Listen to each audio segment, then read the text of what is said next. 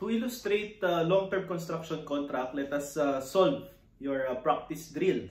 Problem letter A. The Ethan Construction Company was the lowest bidder on specialized equipment contract. The contract bid amounted to 13,125,000 with an estimated cost to complete the project of 7.8 million. The contract period was 35 months beginning on January 1, 2018. The company uses cost-to-cost method to estimate profits. A record of construction activities for year 2018 to 2020 were as follows. So cost incurred, actual cost incurred to date. Okay, so bilugan nyo yan, no? To date, as of or cumulative po yan. For 2018, 6,562,500. For 2019, this is inclusive of the 2018 cost, 10,968,750. And for 2020, you have 11,625,000. Kaya mapapansin nyo, class, yung estimated cost to complete no, ng 2020 ay 0. Ibig sabihin, yan yung completion date niya. Okay? Diyan mo malalaman, class, kung ano yung year ng completion pag wala ng estimated cost to complete. Then progress billings for 2018, 3 million. 2019, 12 million. 2020, 13,125,000. And cash receipts during the year, yung sinisingil mo, 3 million, binayad sa'yo, 5,625,000. Okay, baka naman kasi yung nagawa mo is more than 3 million, yung construction in progress mo. Otherwise, okay, baka meron kang contract liability, no? Then for 2019, 3,750,000 and for 2020, 3,750,000. One method or technique in determining the contract price, kung magkano ang total billing or total collection, okay, yun ang magiging contract price mo. Yun ang allowed kang kolektahin. So, to compute no, yung requirements, using percentage of completion method, compute the following. How much is the realized gross profit in 2018, 2019, and 2020? How much is the revenue earned in 2019? How much is the CIP net? So pag sinabi natin CIP net, naibawas na dyan ang progress billings for 2019. And how much is the CIP net in 2020? Okay, so let us plot. Okay, plot muna natin. So for 2018, okay, 2018, 2019, and 2020. The contract price, okay, contract price is equivalent to, okay, so magkano ang contract price sa 2018? Okay, we have 13,125,000. So CP or contract price, 13,125,000. Okay, this is in 2018. Okay, and for 2019, 13,125,000. Okay, and for 2020, you have 13,125,000. Yan. Ngayon, less the total estimated cost to complete. So magkano ba ang total estimated cost natin? Actual cost incurred current year, walang binigay. Actual cost incurred prior year. Ang binigay po sa problem ay ang actual cost incurred to date. Okay? Actual cost incurred to date. And your actual cost incurred to date in 2018 is equivalent to 6,562,500. Okay? At laging tandaan, ang prior year sa first year ay 0. So kung i-compute nyo ang current year cost incurred natin, this is also equivalent to your 6,562,500 na given sa problem. Okay?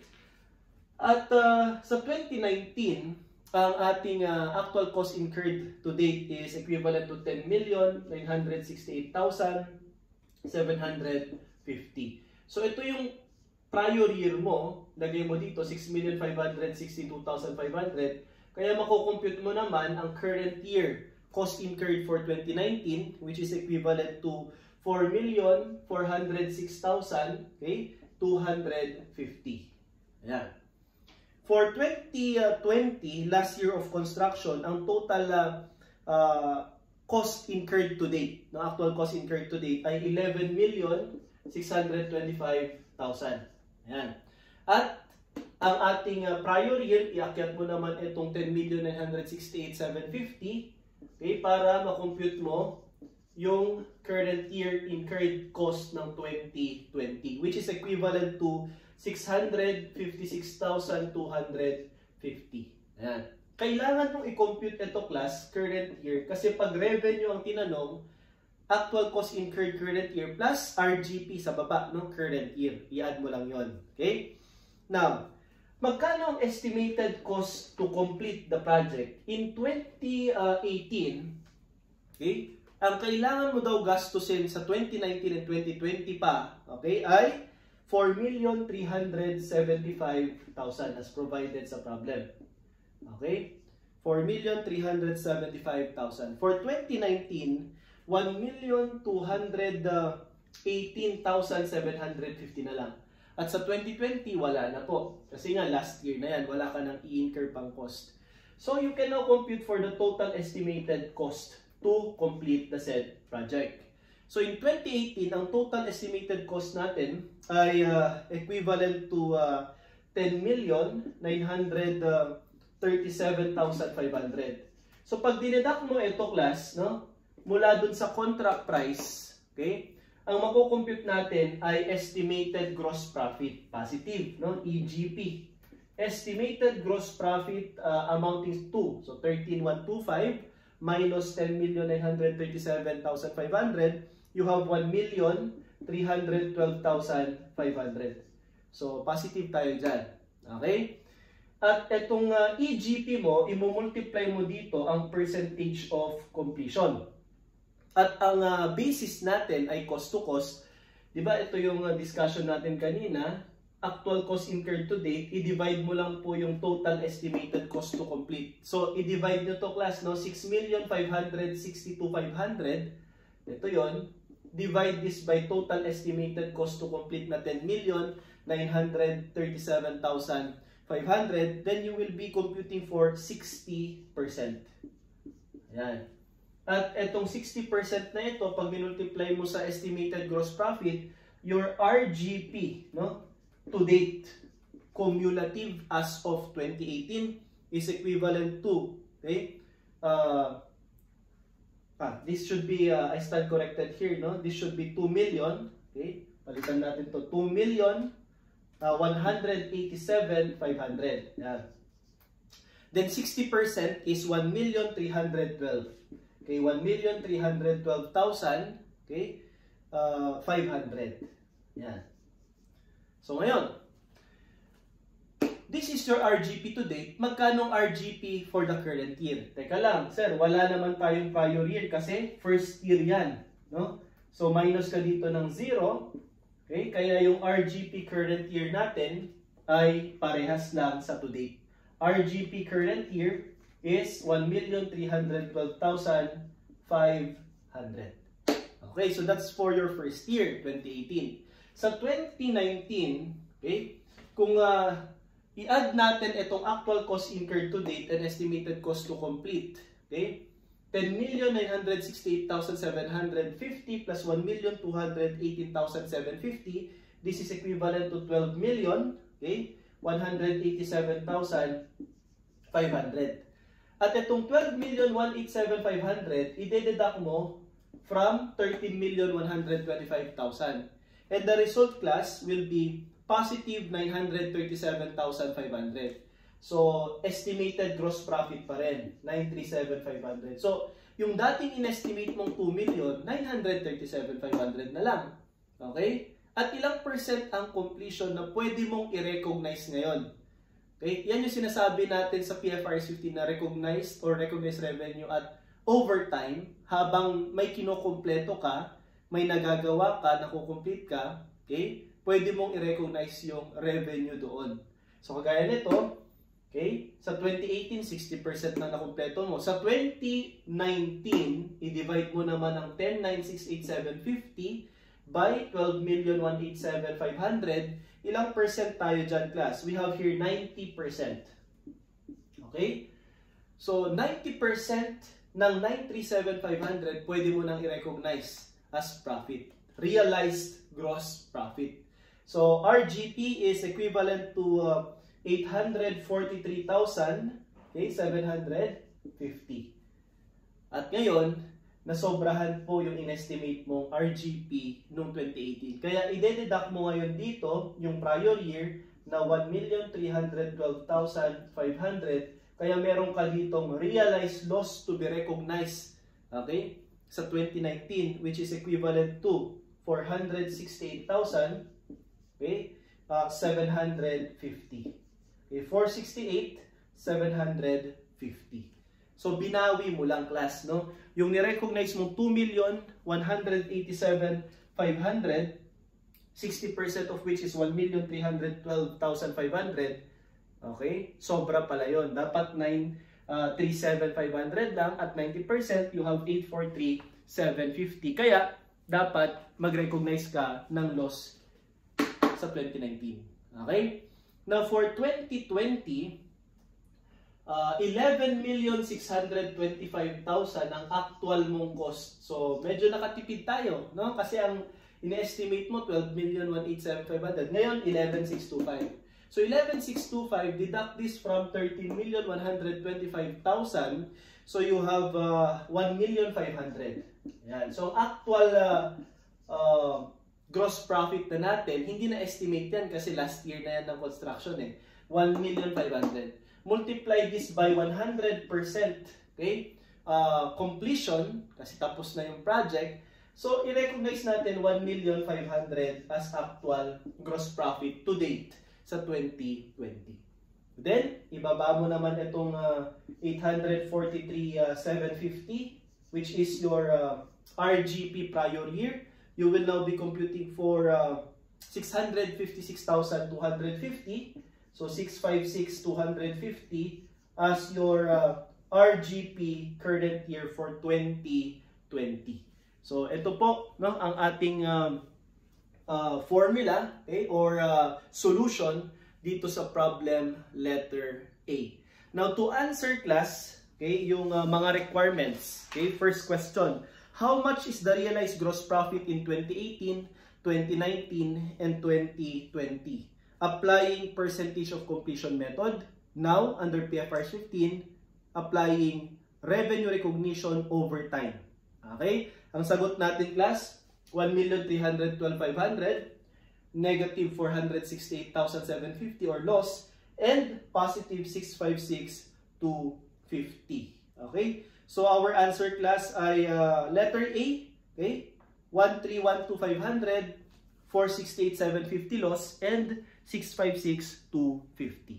Now, for number 2, how much is the revenue earned in 2019? Class, shortcut ng revenue, okay? Current year plus current year. Actual cost incurred, current year, plus RGP, current year. So, 2019, 4,406,250, okay? Plus negative, negative to, class, ha, kasi loss yan, 468,750. So kapag nineto natin yan, our answer will be 3,937,500. Okay? So our answer, class, is letter B for number 2, 3,937,500. Ito po, ha?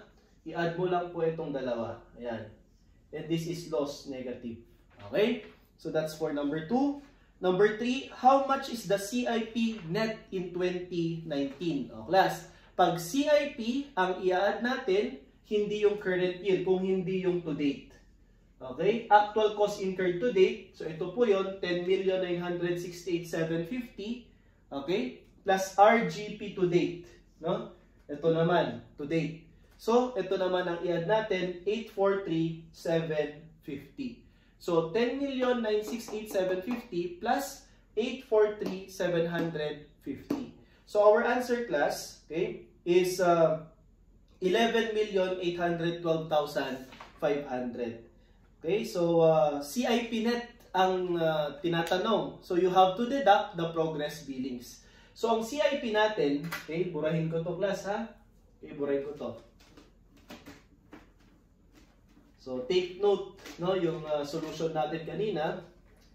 In computing now for your CIP, pakita lang natin, mga kapatid, no? For CIP, you have actual cost incurred to date plus RGP to date. Okay? At ito yung construction in progress natin for 2018, 2019, 2020. So for 2018, ang ating actual cost incurred to date ay 6,562,500. For 2019, you have 10,968,750.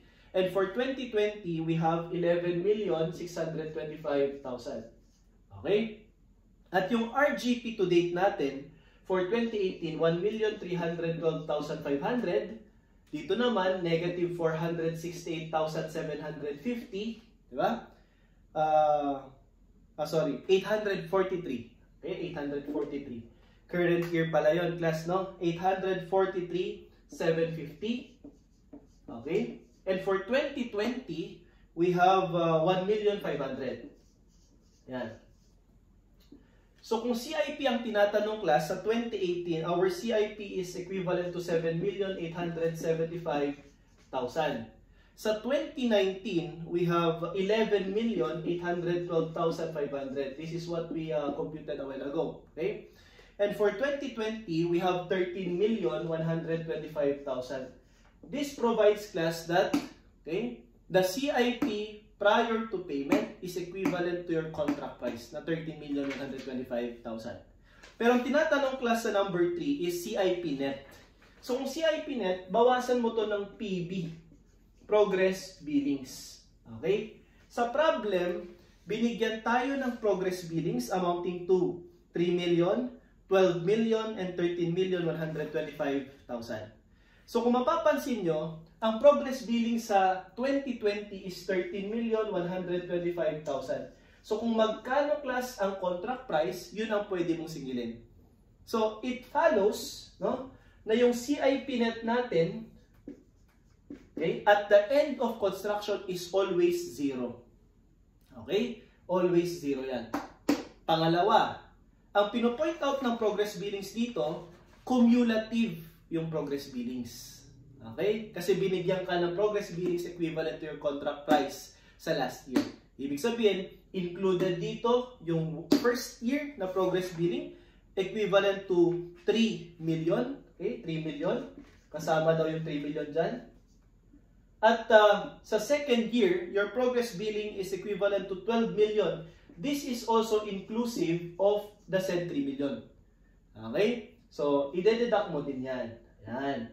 So, kung CIP net ang tinatanong for 2018, we have CIP net of 4,875,000. Okay? For 2019, ang CIP net natin is negative 187,500. Ayan. So, to answer class, yung number 3, our answer should be letter B, negative 187,500. Okay? According to PFRS 15, this positive CIP net will be treated as contract, okay? Contract asset. While this negative CIP net will be treated as contract, okay? Contract liability. Okay, this will be a liability in 2019. Now for number 4, how much is the CIP net in 2020? Okay, sagot natin dyan 0.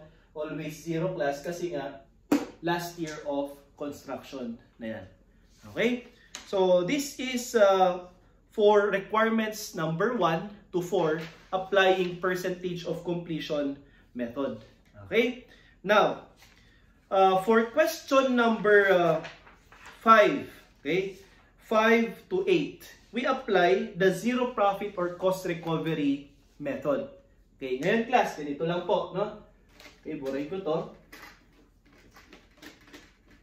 For cost recovery method or zero profit method, okay, ganun pa rin class, no? Yung i-apply natin. So you have to start from contract price, 13,125,000. Okay, 13,125,000, 13,125,000 for 2018, 2019, and 2020. Okay? minus total estimated cost to complete, okay, which is again, no, doon sa ating problem, binigay na po, no, yung ating actual cost incurred to date. Okay, so this is prior year. Ito naman yung to date natin, actual cost incurred. Equivalent to 6,562,500. So ayan. For 2019 and for 2019 we have 10,968,750. And for 2020 we have 11,625,000. Okay?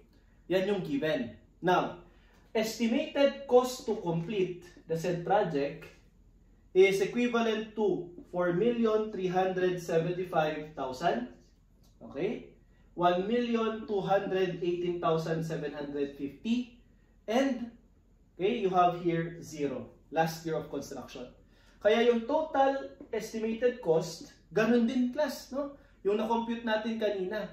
Okay? Magkano yung na-compute natin kanina? We have 10,937,500. Okay? We have 12,187,500. And we have 11,625,000. Parehas na parehas. Same with actual cost incurred current year. So ito 0, di ba? Kasi wala kang prior year sa first year of construction. Take note class, we are applying cost recovery method. Okay, cost recovery method. Ngayon, ang current year natin 656,250, okay, or 656,500. Yan. And ito ay magiging prior year naman, 6,562,500. So this is your current year. At ang current year natin sa 2019 will be equivalent to 4,406. Okay, 250. Kung mapapansin nyo, walang pagbabago, di ba? 10,968,750. So ang current year naman natin for 2020 will be equivalent to 656,250. So walang nagbago class until total estimated cost to complete. Okay? Yung estimated gross profit natin, dyan na po papasok yung dalawang tanong. First question, okay? Last year of construction ka na ba, 2018? Hindi pa. Second question, anticipated loss ka ba? Hindi rin. So kung hindi, at estimated gross profit ang result class, say for example dito, ang result ay 2,187,500, i-apply mo ba ang percentage of completion na 60%? Hindi. Kaya pwede ka nang mag-recognize class, no, ng RGP to date dito sa cost recovery method or zero profit method, i-zero mo na yan. Okay? Wala kang i-recognize na profit kasi hindi pa siya tapos. Ayan. So, ang prior year mo naman, RGP, is also 0. Kaya ang current year RGP natin, okay, RGP current year is also 0. So, ganyan po, no? And for 2019, 12,187,500, deduct this from 13,125,000, ang magiging result class ay 937,500. Positive ulit. Okay, dalawang tanong.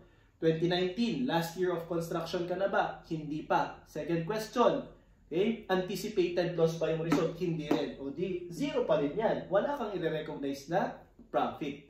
Okay? So, i-deduct mo to, 0. So, your answer now for RGP current year, 0 din. Kaya, zero profit method or cost recovery. Kailan ka magre-recognize ng profit? Kapag ka tapos na yung project. Kailan yan? Sa 2020. So, 13,125,000 minus 11,625 million, okay, is equivalent to 1.5 million. So, you have here 1,500,000. First question, last year of construction ka na ba? Oo. So, kung oo, i-recognize mo na yung 1.5 million as your profit. So, ilagay mo dito, 1,500,000. So, ganyan class, no? Then, okay, yung to date natin, ibaba natin 0. Kaya ang current year profit natin is 1,500,000. Okay? Sir, paano pag ang tanong ay revenue? Okay? Anong gagawin namin? O, gawin nyo class, i-add nyo lang ang current year cost at current year RGP. Pag ang tanong ay CIP or construction in progress, i-add mo naman ang to date or cumulative cost at to date or cumulative na RGP. Kahit 0 ito, 0 plus 6562, 500, yes. Okay? So, to answer, no, yung requirements ng problem, number 5, how much is the realized gross profit in 2018, 2019, and 2020? Ang sagot po natin, class, ay okay, 0, 2018, okay, 0, 2019, and 1,500,000 for 2020. So our answer, class, is letter D, okay, 0, 0, 1.5 million. Okay? For number 6, how much is the revenue earned in 2019? O class, pag revenue, i-add mo lang, no? 4406,250 plus, okay, 0. So ang sagot natin ay 4406,250. Okay? So for number 6, letter B ang sagot natin, 4406,250. But for CIP, construction in progress, ito po ang i-add natin, 656,500 plus 0, yan, to date, 10,968,750 plus 0, to date, and 11,625 million plus 1.5 million to date. Okay, so i-summarize lang natin yung CIP. Okay, burahin ko to. So the construction in progress, net of progress billings. Diba? May mga tanong na ganun, CIP net. Alamin natin kung contract asset ba or contract liability ang result. So CIP, okay, is equivalent again to your actual cost incurred, okay, to date, plus actual cost plus RGP, I should say, RGP to date. Okay, RGP to D. So for 2018, your actual cost incurred to date is equivalent to 6,562,500. Ang RGP to date mo sa 2018, 0. So, your construction in progress as of 2018 is 6,562,500. At dyan mo i-deduct yung progress billings. Okay? Sa problem, ang progress billings po for 2018 ay 3 million. So pag dideduct natin ito, oy, positive. Diba? Positive. And this positive CIP net will be treated as contract asset. Okay? This is equivalent to 3,562,500. This is your contract, okay? Treated as contract asset. Okay? For 2019, ang actual cost incurred to date is equivalent to 10,968,750. Okay? Tapos, ang RGP to date, 0. So, CIP natin parehas lang, 10,968,750. Minus yung progress billings natin na 12 million, okay? Inclusive of the 3 million last year. Kaya ang ating CIP net, negative. And this is negative 1,031,250. And this is treated as contract liability. Sa 2020 class, kahit nakapikit ka, alam mo ng CIP net dyan. Last year of construction, always 0. Okay? But again, if you want to check, pwede mo namang ilagay 11,625,000, okay, for 2020 and plus 1,500,000, okay, which is your RGP to date. So you have 13,125,000. That is your CIP, construction in progress, as of 2020 prior to payment.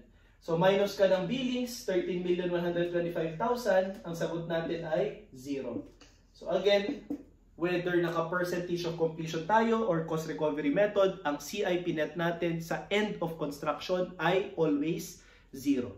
Okay? So, diniscuss natin sa problem letter A, no, yung concept ng percentage of completion method and cost recovery method. Pag ginawa mong PFRS 15 yan, just think of, okay, the concept that PFRS 15 will recognize revenue at point in time like cost recovery method, or at overtime, okay, like percentage of completion method.